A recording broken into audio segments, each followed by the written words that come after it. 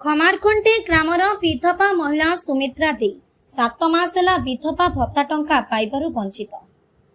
राज्य सरकार वृद्ध विधवा असहाय मानक मुहरे दाना देवाई अंटा भिड़ी बेले केतेक असाधु सरकारी बाबू मानक अवहेला मास मास धरी भत्ता टंका पाइबारे वंचित होउछंती वृद्धा विधवा महिला माने। एहिपरि एक अभियोग हेउछि नुआपड़ा जिला बोर्डेन ब्लॉक नागपड़ा ग्राम पंचायत अंतर्गत खमारखुंटी ग्रामर विधवा महिला सुमित्रा दे से दीर्घ 7 मास है विधवा भत्ता टंका पाइबारु वंचित अछंती।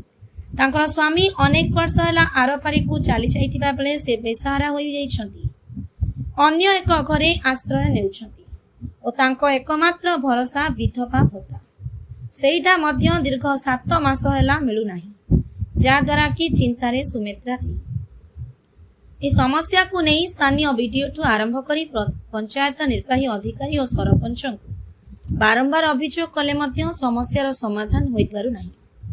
एही समस्या प्रति यथाशीघ्र तदंत करी सुमित्रा दे को भत्ता टंका जोगाई देबा पई आकुल निवेदन करिसेंती। बोर्डेनरु मुन्ना पाणिग्राहींक रिपोर्ट नुआपड़ा मिरर न्यूज।